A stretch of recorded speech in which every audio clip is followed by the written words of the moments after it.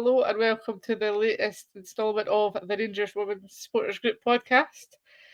How are we, Car? I mean, I've got a banging sore head, which I'm convinced is from watching that game earlier, from what I did see of it. But other than that, I'm doing very well. Oh, well, I'm still up on cloud nine, so let's talk about this wonderful game of football that we all watch and love. So, of course, we are referring to a trip over to Hamilton this time rather than Airdrie because they have moved as we took on Celtic and it was an action-packed game. So we'll get right into it. We started with Fife, Docherty, Eddie, Hill, Hay, Devlin, Hardy, McLean, McLaughlin, McCleary, and Wilkinson. Much what we expected, I would think, Car. Yeah, I mean, other than changing formation back to a back three, but at least Jodie still stayed in the team and got more minutes, which was good. But other than that, I was pretty happy with it. And of course, Chelsea back on the bench, which cheered everyone up.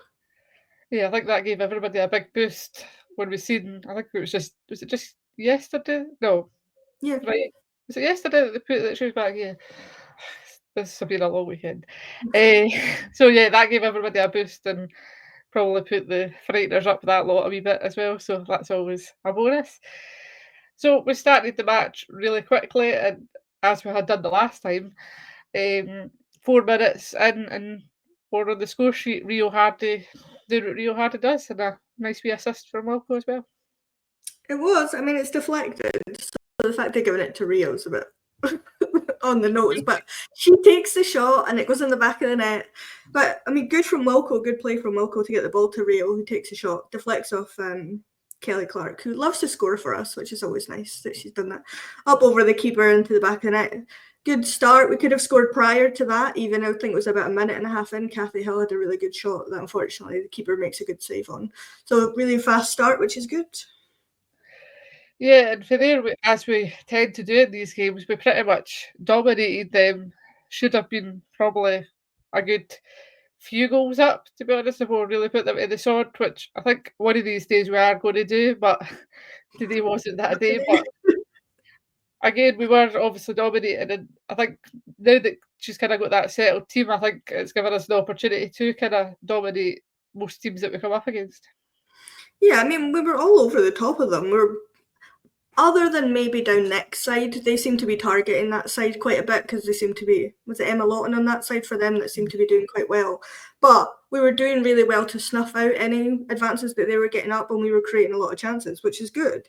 We just couldn't put them away, unfortunately, but we were doing everything right up until they decided to score.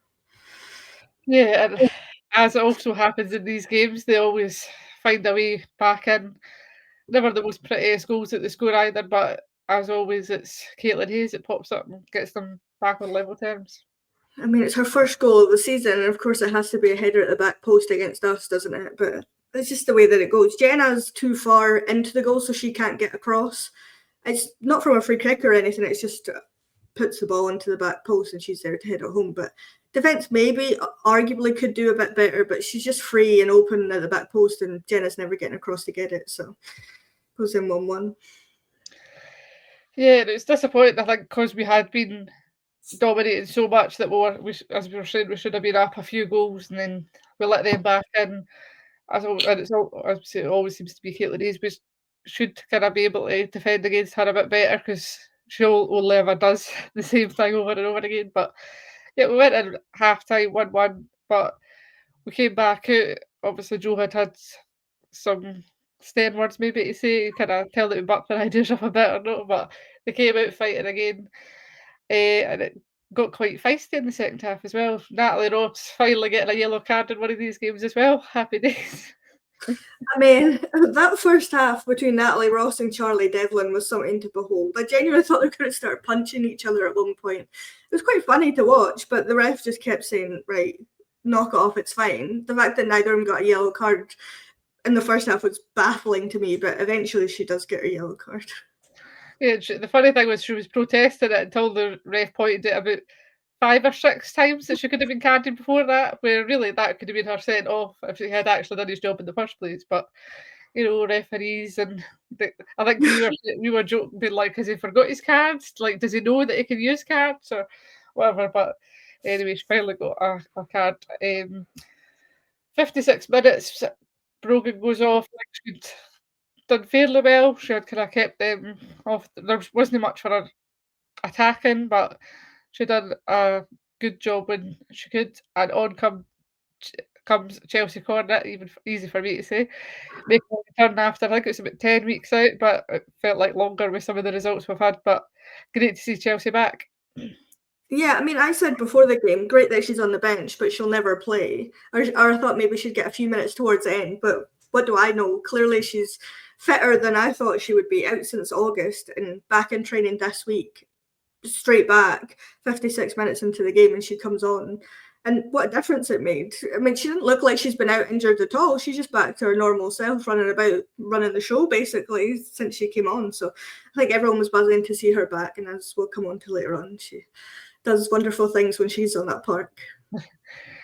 Yeah, she came on, as you say, it didn't look like she's actually been away. She was menacing and doing what she does. We had kind of thought at the game, well, that's a lot of kind of centre mids that we've got on, like we're going to need a bit of width and that, but as it turned out, we were actually all right.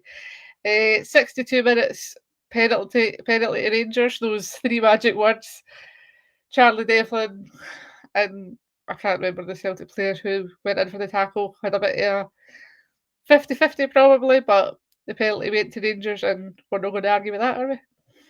Well, no, I mean, what are we meant to do? Tell the ref that he needs to rescind it? Hardly, as if any team's going to do that. I don't think it's a penalty. It's been argued up and down Twitter that it's not a penalty, but he's given it. So what are you meant to do? Wilco steps up. I didn't know who was going to take it. I didn't know if Rio was going to be back on it, if Wilco was going to take it, but she made no mistake about it, straight into that bottom corner. Even if the keeper went the right way, she's never saving that. And we're back in front. Yep, happy days. The crowd went wild. I think my voice is actually really sore. With all the shouting and cheering and everything. But not only did we get a lovely little penalty, but we also sent Elena Sudoku, or whatever her second name is, into absolute chaos because she got a yellow card, then applauded the ref, which obviously you can't do. So she got sent off. It's the fact that the ref didn't even see her like sarcastically clapping. It was the fourth official that saw it, went over to the ref and was like, "Here, you need to card her again." I guess her assistant, whoever that guy was, is arguing, saying, no, it's fine. And then behind, she gets the card and she has to like sulk off. But she's looking up at the crowd and being like, "It's not fair." Well, you do this every game. And apparently she said to Sky before the game that she was going to be a bit calmer and go a bit easier this game. And then she gets a red card. Yeah. So you had jokes. The hat came off soon after half time, and then I turned to Brian and I was like, "Jacket's going to be coming off soon." Next thing, Jacket's off. I went, "Wouldn't actually be surprised if she gets sent off today because she is not keeping cool at all." And off she trots. But their fans were booing, and then we were just like singing "Cheerio, cheerio." It was absolute chaos. After that, I think it did fire them up a bit because obviously. I think it was Chelsea who gave away a free kick, and they did score from that free kick, unfortunately. But it just got very fiery from there on in. I mean, it was pretty fiery before that, but I think that really did kind of worry them a bit that now they need to go on without her, I guess, on the sideline. But I mean, it's a very good free kick.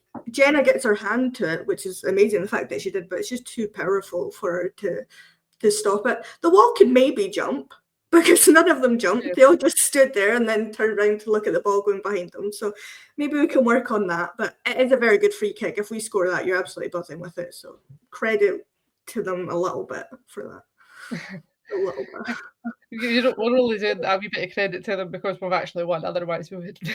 Yeah. I can't actually remember what minutes it was, to be honest, but they did have a couple of penalty shouts. I think the first one, they probably would feel a bit hard, didn't they? I think Jenna Fife even thought it was a penalty, the way she was kind of running around the box like, "Oh, I never done anything." But I think they would probably feel hard, didn't they? I think they had a couple of shouts, but obviously not given. I mean, that's what happens when you have incompetent referees in SWPL. Sometimes they give things for you, sometimes they don't. And just turns out today was our day and not theirs for a change. Yep, absolutely. 71 minutes, Mia Macaulay comes on for Charlie Devlin. I think Charlie Devlin's again stepped up. I think she had quite a good match. Once again, she was quite menacing and she did a wee applause to the Celtic fans as she was going off. I think she kind of pointed to her ear, so a little bit of banter with them before she came off as well. So I think she's settling in quite well. I mean, she's definitely been taught very quickly. It's funny though, because she's actually a really good player now that she's settled. She's, come on leaps and bounds since she came in, but she's just always very physical. And I think they were getting annoyed with her for being so physical and that she wasn't just letting them do it to her, because she was getting pulled about and kicked all over the place, especially by Natalie Ross. So, I mean, I think she got a yellow card at some point before that and then got taken off, which is probably a wise idea because she'd probably end up on a red. I don't think she did get a yellow card. I think she should have at some point, but I don't think when I looked at it. Did she? No. Sure. No, I don't think she did. I think the only player we got yellow was Liv, I think, which was nearer the end of the game. You're right. No, you're right. Yeah, as we were saying, though, she has obviously settled in really well now, and I think we've been kind of missing that kind of with Rachel Rowe going, that kind of getting stuck in and giving a bit back to them, but she seems to have fitted into that number 8 shirt quite nicely after Rachel Rowe. Exactly what we need. We need someone that's got a bit of grit about them, although most of our players do, but she's a bit kind of, I don't know the word to use, physical. I don't know, physical? Strong in the tackle. Strong, that's a better word rather than muscly. So good choice. So she can overpower a lot of players, which is good. We need that, and somebody that's not going to just slide in and take it, which is nice. So she's a good addition. Yeah, then Mia came on, and obviously Mia absolutely hates them, so she was getting stuck in as well, and she just kind of took over from where Charlie Devlin left off, really, and she was getting stuck in. Looked a bit worried when she kind of went over her ankle a wee bit at the side, but she then was up and running about 40 yards after that, so we were like, she's fine. She does what she does. And then the big talking point probably off the game, 78 minutes, Doherty makes an absolute terrible kick it in the box, but Chelsea Cornet will be thanking her all the more the way she took it, turned and volleyed it right into the back of the net. Yeah, I think she's been practicing ballet while she's been out injured, because that pirouette, I mean, to take the ball down on her chest, kick the ball over the defender, spin the way she does, and then just put her laces through it and rifle it. I mean, they're calling it the top corner. It's not the top corner. It's like the center of the goal over the goalkeeper. But I mean, a fantastic goal to be on the pitch. 20 so minutes, a little bit more than that, and score the winner, which turned out to be the winner. At the time, we didn't know that, but to score such a spectacular goal, you can see what it meant to her, the way that she ran over to the fans, and everyone was just buzzing with it. It's just outstanding goal, and I don't think you'll see a better one from Chelsea all season. It's just beautiful. I think at this point it's probably goal of the season. I don't think anything's going to come anywhere near that. We hope we can stand connected at the end of the game, but absolutely phenomenal. As you say, the way she chests it, turns and gets that off, it's just absolutely unreal. At the game it looked like one thing, but when you watch it back and see the different angles, it was just absolutely phenomenal. It's just, you just keep watching that over and over again. And I have since I got home, because I didn't see it properly, because I was listening to it as I was driving home. I wasn't watching, I was listening to it. And I just got home just before it. I think it was like 76 minutes, and it felt like 76 minutes for about 12 minutes. It seemed to last for ages. And then, obviously, because I was on my phone, it popped up that we'd scored. And I was like, oh, yeah, you happy? And then I saw the goal, and I was absolutely buzzing, because what a goal that is. It's just unreal. You'd think she'd never been out. That incredible skill to turn that way. I mean, you just got to thank the Celtic goalkeeper for basically handing the ball to her. So it's so funny, though, if you go back and watch it, the ball girl behind the net is just like, because she's so stunned by what a spectacular goal it is. Yeah, it's just incredible being out that long and coming and having that kind of, sometimes players can come back and be a bit rusty and you're like, oh, they need to kind of settle back in. But as you say, it looks like she's not even been away at all. She's just unreal. And we always say Chelsea scores bangers because she always has that inner locker, but to come in and do it in a big game like that, it was crying out for a winner. And just to be like, yep, I've got this, guys. And she said to us, and then she said on the media things, she felt bad that she gave them the free kicks for them to score. So she was like, I need to do something. I'm like, definitely, definitely did, and a wee bit more. I mean, something she did, that's just incredible. I mean, any other game, that is spectacular, but to do it, so close, well, I mean, it's not really that close to half full time when they add on, what was it, 5 minutes, but it's just unreal. Like, she'll be buzzing for the next month and a half off that goal, because when Chelsea scores and she's back fit, she'll be scoring all the time now.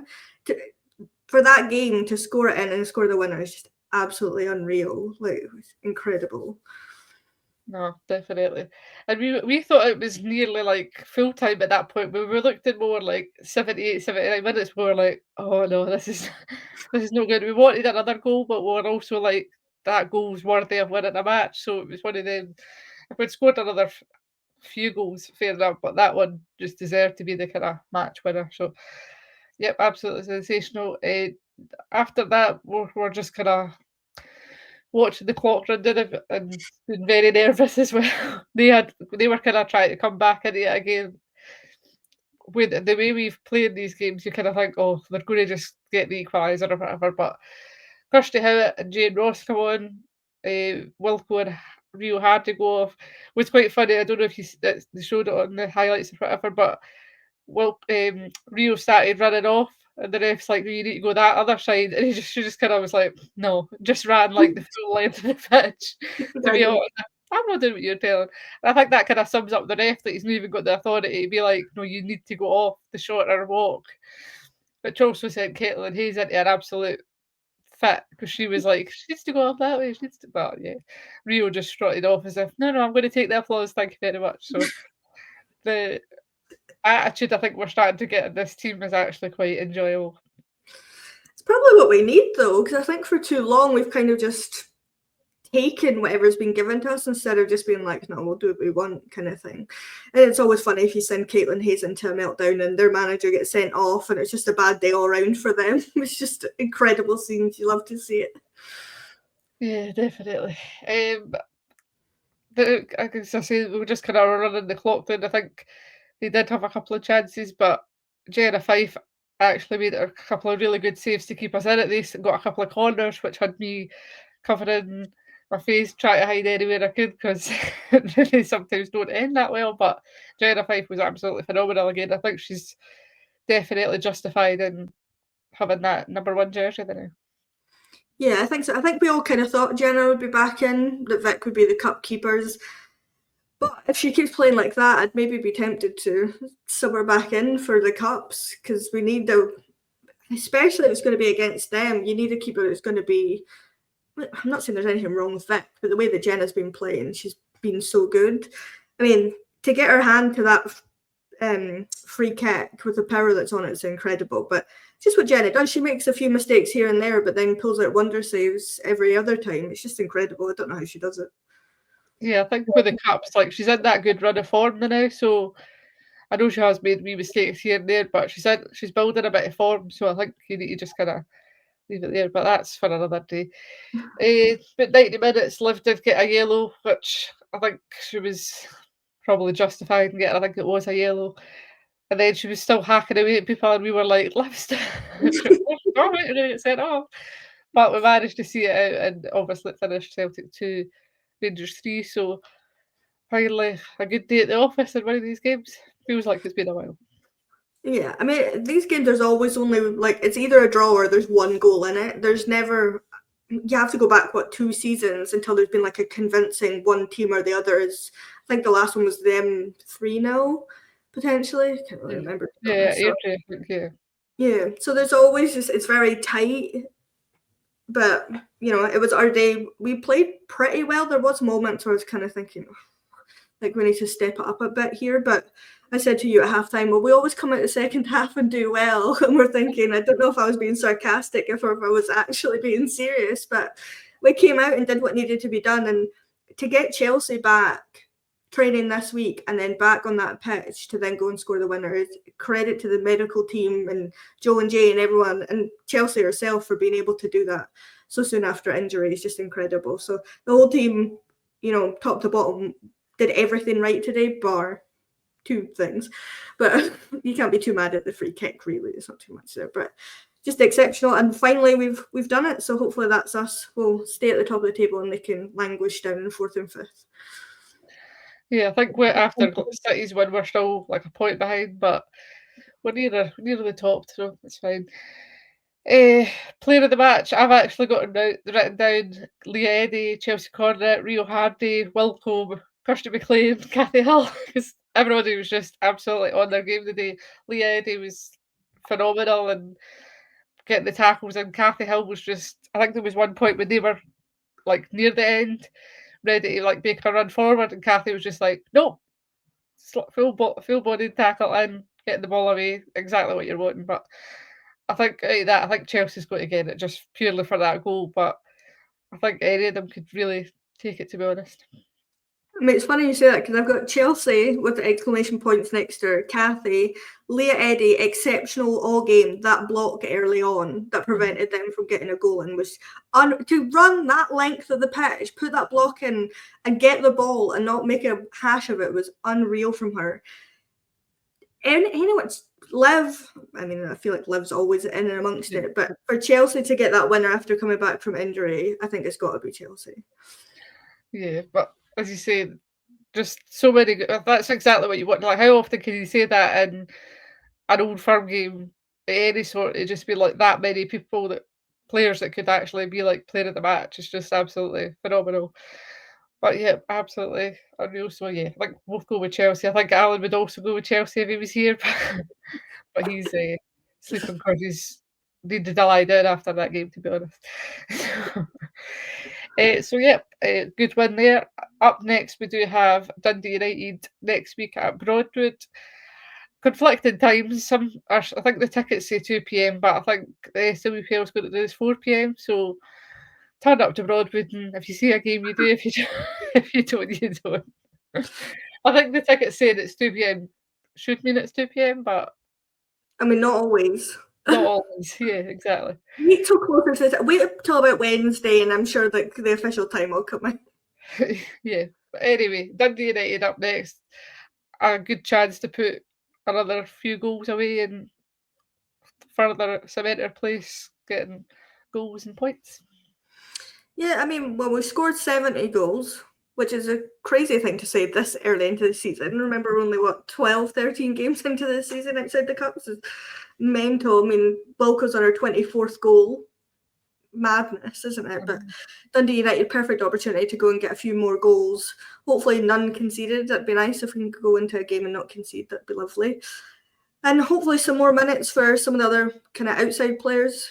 You know, hopefully Camille Lefay can get some minutes. It'd be nice if Megan Bell can be nice on the bench or play some minutes would be nice. But you know, with everyone playing as well as they have been, it's going to be difficult for Joe to say to any of them outside of getting a rest, nah, you're not playing today, someone else is in your place. So it's a headache for them to have and not for us, and hopefully we can go along and get a good few goals and hope elsewhere there's issues for other teams.